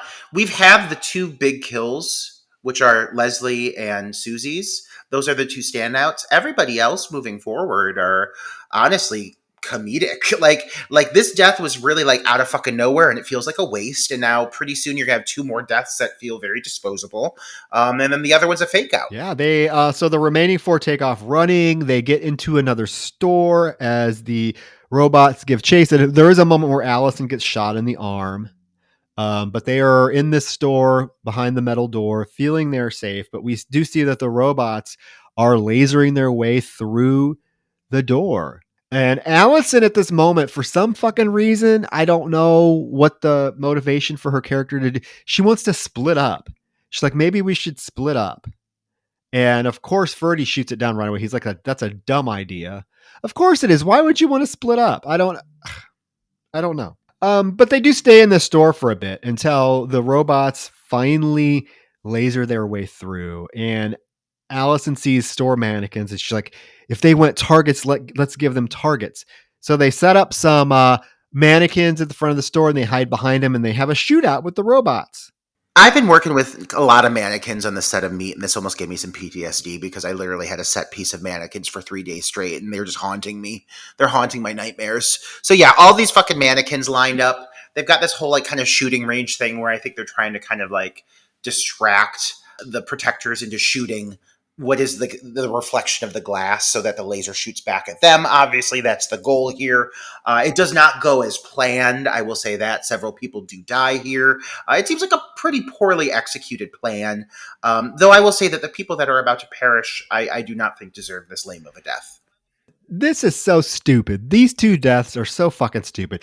They're having the shootout with the robot. They get the best of the robot, and the robot basically goes into this mode where it just starts spinning around in a circle. And it's electrocuting itself, and it's just spinning around, shooting shit. And Linda, the group is running away from the store now. Rick is behind them. He's still shooting the robot. Linda, Ferdy, and Allison are out front. Well, Linda stops to turn around to check on Rick, and is like, Rick, where are you? And the robot shoots her in the fucking stomach, and she's dead. Like, literally. She's dead. Her last line is, Rick, watch out. And she gets shot in the stomach and she falls. Well, Rick sees this. He's like, Linda. And what does he do? He hops on this fucking cart thing and rides right into the fucking robot as it's electrocuting, and he's electrocuted himself. I mean, it's fucking lackluster, stupid. I mean, at this point, they just had to have been like rushing through. They're like, oh, okay, we can't make this film 80 minutes because people don't want to sit here for 80 minutes. We have to stay 75 minutes, kill these two, and let's move on. I mean, it's so lackluster. I will honestly say that I have a note that matches basically exactly what you said. The final 10 to 15 minutes of this movie feel like they had gone through either like a massive script rewrite or realized that they had to shave some time off or something. It goes so off the rails that like I feel like they're not even working off of a script. Like Linda's death here is so unceremonious, and as mentioned before, like she kind of was like the only character that had an element of reason to her at times. So for her to just be dispatched like this in such like blasé fashion, and for him, you know, for her partner to be killed pretty much in the same way with that goddamn fucking animated electricity. If I see any more of that fucking cartoon electricity, I'm going to lose my fucking shit. It's all over this goddamn movie. Robots spinning around, little arms up in the air, fucking electrocuted. It's so unceremonious and it's so disposable. And it's really a bummer because these are two characters that did contribute something overall to the other characters' survivals. And now you're left with fucking Kelli Maroney and that goddamn bad hair and fucking Fergalicious. And these two, like, okay, so her dad's former military. I get it. She can handle a gun. I really don't feel like all that interested or invested in seeing these two fighting against killer robots for the remainder of the film, but this is like what we're left with. So I do think that this, now the final chunk of the movie does kind of spiral into just like nonsense. Like there really is not like there's no storyline holding it together. It's just Kelli Maroney getting chased by robots and fighting back. But like it feels like they're like, okay, we've got this store, we've got the pet store, we got another store. What can we do in there? How do we get her from point A to point B to point C? Let's call it a day and wrap it up. Yeah. I mean, at the start of the film, I'll just put it out there. These two would not be the ones that I would choose to like want to follow through the whole movie. But we have no choice. I will say that what Rick did by driving into the robot was he caused his own death, dumb fucker, but he also blows up the robot. The robot finally blows up. So that means there's only one robot left, right? Because two of them have been killed. One was on the elevator and this one that just got blown up. So Ferdy and Allison, they run off and they decide they're going to look for this computer. And of course, again, Allison's like, we should split up. I don't know what this bitch's deal with splitting up is, because it doesn't end well. It ends exactly how you would think it does. And then she becomes like this screaming, helpless little bitch. And you're like, you're the one that wanted to split up, Miss Allison, and now you're yelling for your man to come and help you because you got yourself in hot shit for wanting to split up. Because what happens is she's wandering through the mall and, she hears something behind the door and she grabs a pipe. I'm like, what are you going to do with a pipe against a robot that shoots laser beams from its fucking head? She literally grabs a pipe. She opens it. It's just junk that falls out of this door. She continues into this room. She's searching around, trying to find the computer. And out of nowhere, I mean, there's no suspense. This robot wheels up right behind her, starts to activate its little crab claws and starts to like go towards her. And of course, she has nothing she can do. She doesn't hit it with the pipe. She just stands there screaming for Ferdy to come save her. This thing, again, the stealth on these things is impressive. I mean, how does she not notice this fucking robot just wheeling up behind her? And it is not subtle or discreet in any way, but somehow she's taken by surprise. And then these things are so quick to blow up everybody else's head, but with her, it's sure taking its fucking time, just rolling on up on her big old hair as she's screaming her head off. Well, yeah, that's another thing. I have that note too. Why is it taking its time? Ferdy is literally halfway across the mall, and he has time to run to her as this robot just, all it's doing is standing in front of her, doing its little claw. Like, why isn't it blowing her fucking head off? But Ferdy gets there, he shoots it in its face, and it has a malfunction. It basically chases him into the mall, and so you could say, well, Allison is at fault for what happens to Ferdy because he is basically dispatched, so we think, but chases him into the mall. He throws a gun at it. He pulls the fire extinguisher off the wall, throws the fire extinguisher at this thing. All along, all this time, Allison is nowhere to be found. She is hiding, but the robot takes the fire extinguisher and launches it back at Ferdy at full force, causing him to fall back and smash his head onto the mall floor. And he even goes over and looks at him, and we see a big old pool of blood pooling from Ferdy's head. And the robot says, "Thank you. Have a nice day." They play it off like this is his death. Let's be clear, it is not, because it is such a fucking lame moment that if this would have been his death, I would have been genuinely irate with this being the outcome. Yeah. Well, yeah, you can kind of figure it's not his death. They do try to play it out. But I like I said, it's Allison's fault and she's nowhere to be found. She does take off running from after she sees what happens to Ferdy. She's like, oh no. And of course, chasing her through the mall. And what store does this bitch think is the best to hide in? From these robots that are killer robots that have no, sense of life, right or wrong. Of all the stores to break into, she breaks into the pet store where there are live animals. I don't to allow this robot to come into this pet store and like knock tanks of animals over and kittens and all that. Like, what? I'm sorry, she brings this on herself. She runs into this fucking pet store, and it's not even she like tries to hide herself someplace, discreetly. Like, she's right out in the open. She's like under like a bench. If this robot doesn't have a heat sensor on it, I'm fucking shocked because it's got laser beams in its head, but somehow it manages to not detect the woman in right there in the open. Just she's like laying right there on the floor. This robot definitely has to see her, but somehow it doesn't. But it's knocking over cases of tarantulas and snakes. This poor Kelli Maroney with the bad haircut is hiding under this bench covered in snakes and tarantulas. like this is the worst predicament she's put herself into yet. She completely brought it on herself. Then I think she steps on a cat at one point. She steps and you get rah! Like, I mean, it causes her to scream. Like, this sounds like a horrible idea. She definitely made the wrong call going in the pet store. I'm guessing it's the only location that they had. I really thought they were going to blow up some of those puppies in those cases. Like, I was waiting for the robot to be like, I detect a living thing. And you see like the puppies just explode. Oh God, I would have been so pissed off. Yeah, it does. Well, I was pissed off because she causes these, creatures to be misplaced from their cages as the robot's just going through the pet store like a bull in a china shop, knocking shit over. And when the robot leaves, she crawls out. Yeah, she's covered in snakes. She's covered in tarantulas.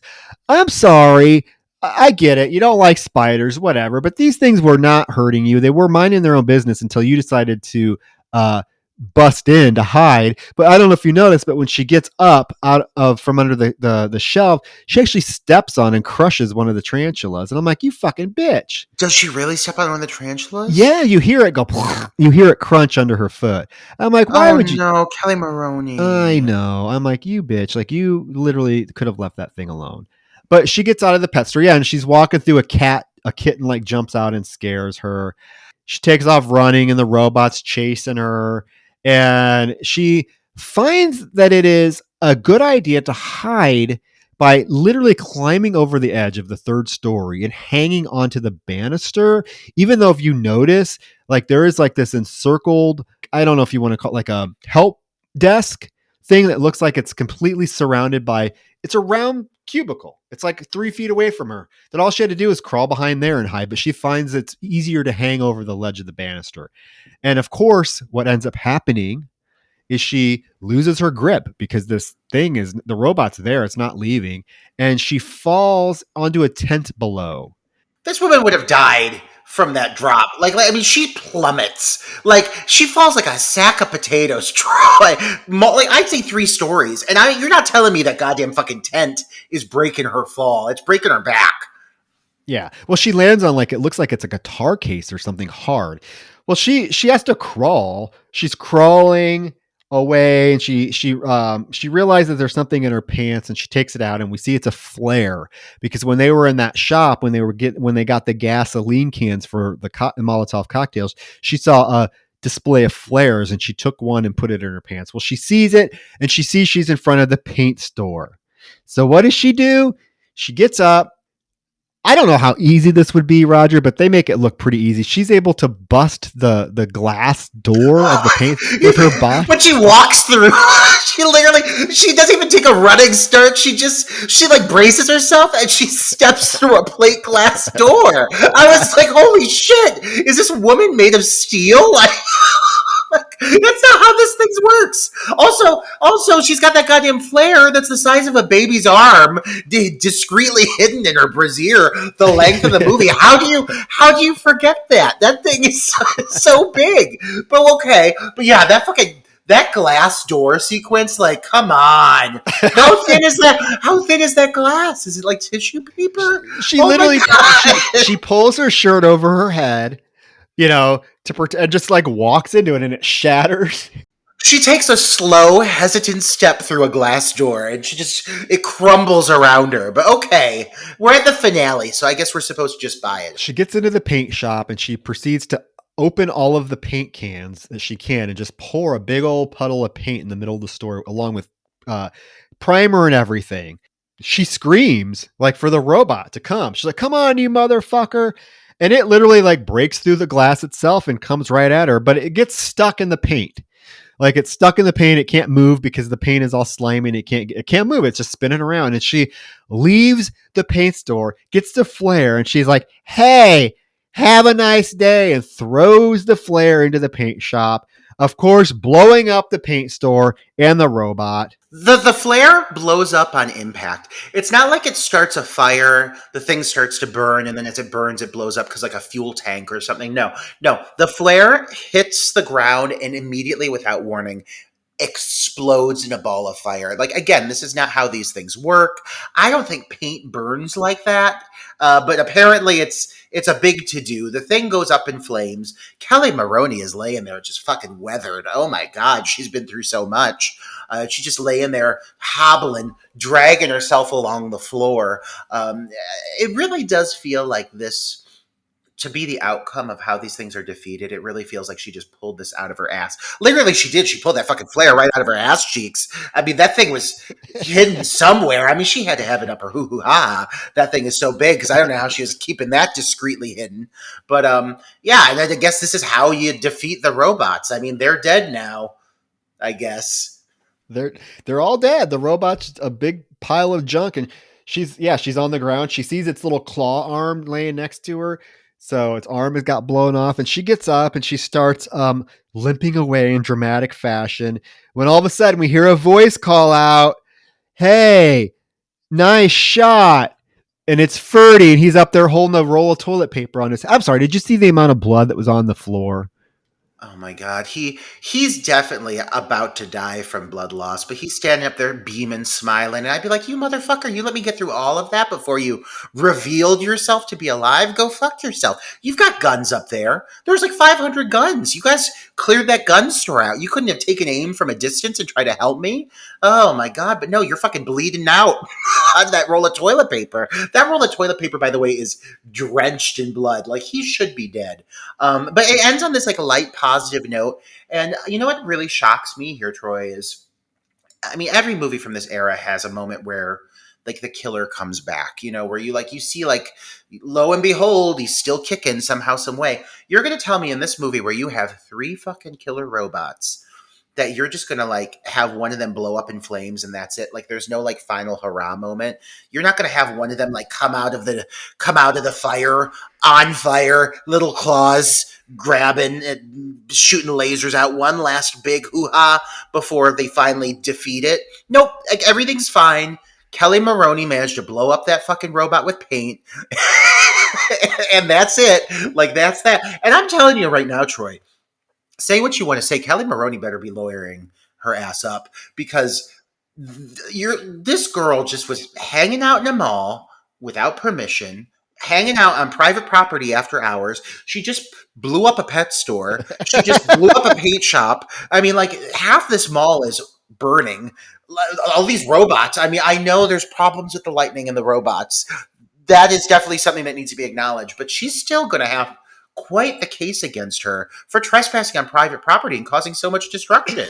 Oh, well, we forgot there's that moment where remember Linda? She's like, "If we get out of this, we're going to be indebted to this place for 86 years." Oh yeah. And Rick's like, "How many oil changes is that? Maybe we should raise our." So they even know that they're in the wrong.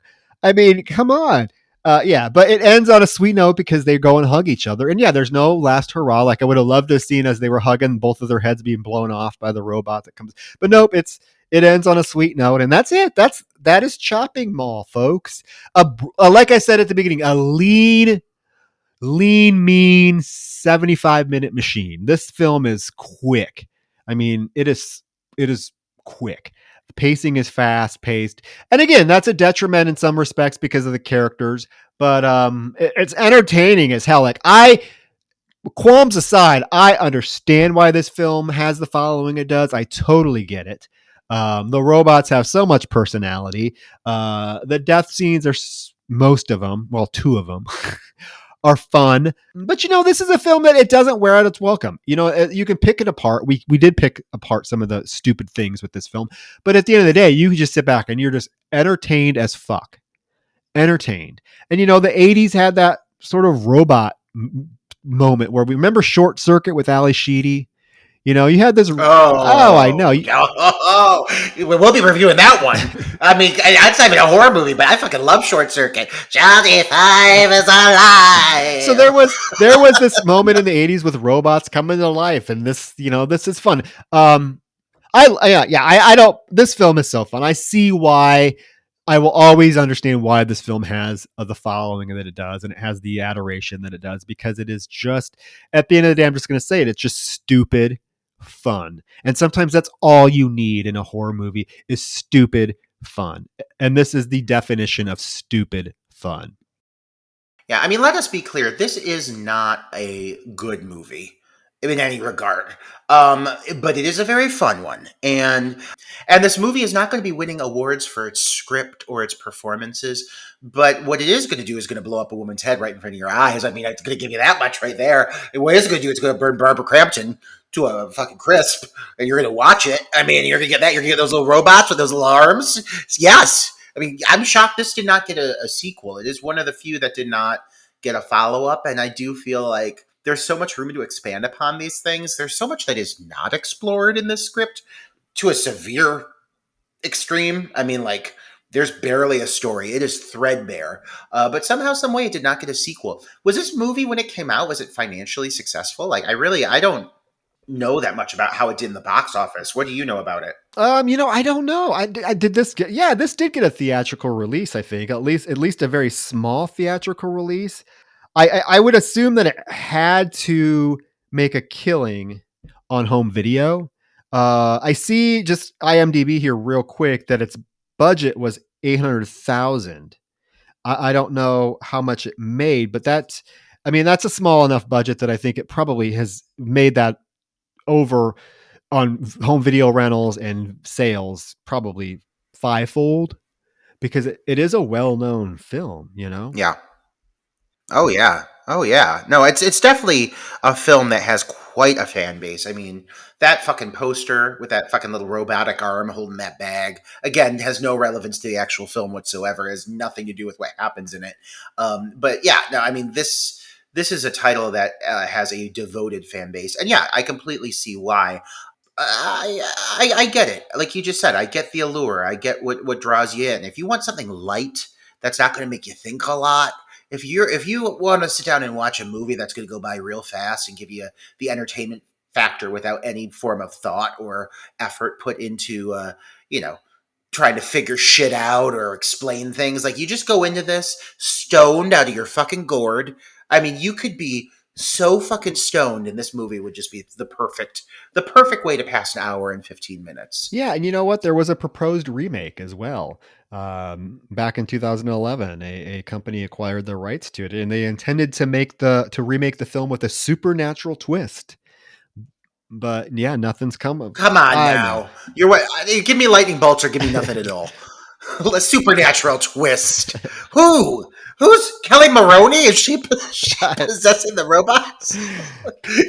On the death of Kelly, on the 1 year anniversary of the death of Kelli Maroney, her spirit possesses 3 shopping mall robots. Like, where would you go with a supernatural twist? I don't know. Shopping mall. But something else interesting I'm seeing is the original cut of the film was called Killbots, and it ran for 95 minutes. So literally almost 20 minutes longer than this cut that we see now. And it says it's because test screenings were significantly poorly received. What, did they cut out full characters? Did they cut out full story arcs? Was there a whole other mall that we didn't even get introduced to? I'd be curious 20 minutes. I'd be curious to see what those 20 minutes were, honestly. Yeah. Tell me those aren't available. I don't know, but guys, shopping mall just in time for back to school season, I guess. Get your back to school shopping done at this Plaza Parks Mall with these security robots that are decked out in state of the art war like defense mechanisms.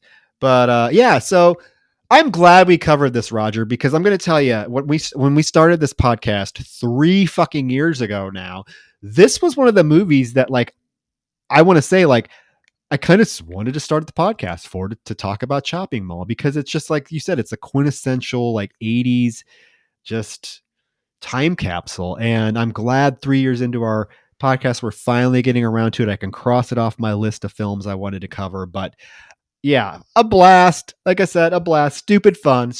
That's all you can ask for. Yeah. Which I will say, like, without actually giving anything away, I will say that our next title that we'll be covering is not what I would call stupid fun.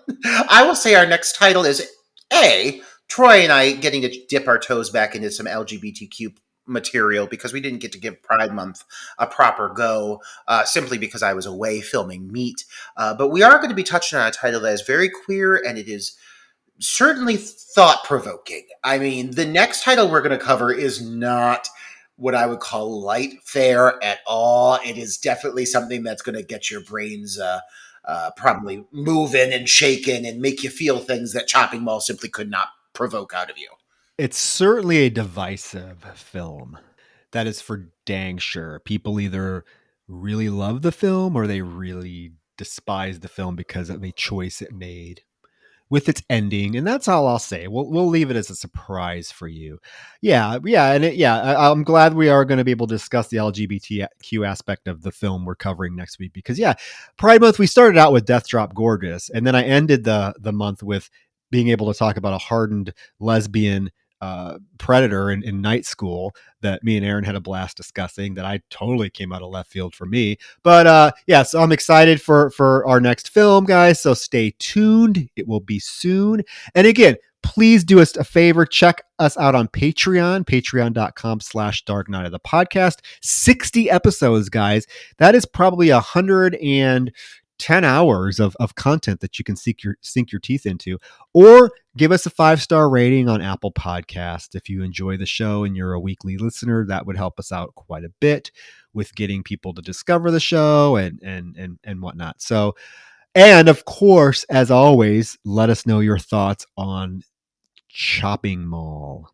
I do need to let you know real fast, Troy, that I kind of did a quick deep dive into the cutscenes of the movie. And I just want you to know real quick that there was an additional scene for Paul and Mary, the Bland characters, where they were sneaking back into the mall and were going to be killed and cut up and served in the restaurant or something along those lines. I am offended that was not given to us. How fucking dare they? So the robots were chefs too. They cut people up and serve them in restaurants. These robots are. I need to see this. I need to see this. Oh wait, no, they're sneaking. Wait, the scene. Here's the scene. The additional scene featured Paul and Mary trying to sneak a horse into a mall after hours, with the premise that the horse was going to be cut up and served at the restaurant. What? Give me that fucking scene. Give me that.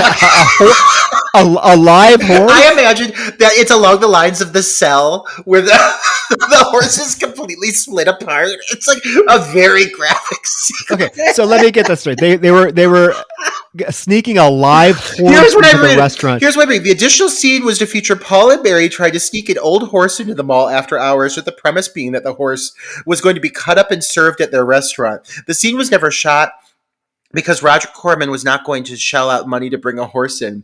So Paul and Mary got to avoid the death by Killbot. There's an entire special feature segment that devotes itself to this lost scene. How dare they? How fucking dare they not give us that horse scene? I'd rather see a horse scene than those big old veiny boobs that we had to be subjected to. Oh, okay. Well, Chopping Mall is going to lead us down a rabbit hole for weeks, I think. But guys, let us know your thoughts on Chopping Mall, and we promise we'll be back next week with a much more deeper. I think it's going to be a interesting, serious, thought-provoking discussion because, the film we're choosing. So stay tuned. And again, guys, give Roger some love for being back. Welcome him back in the comments. We love to have him back. We're back. We hope this episode was a great one to have him back with, to introduce him being back from Meat. Yes, thank you. And with that said, guys, we will see you next week. Goodbye. Good night. Thank you. Have a nice day.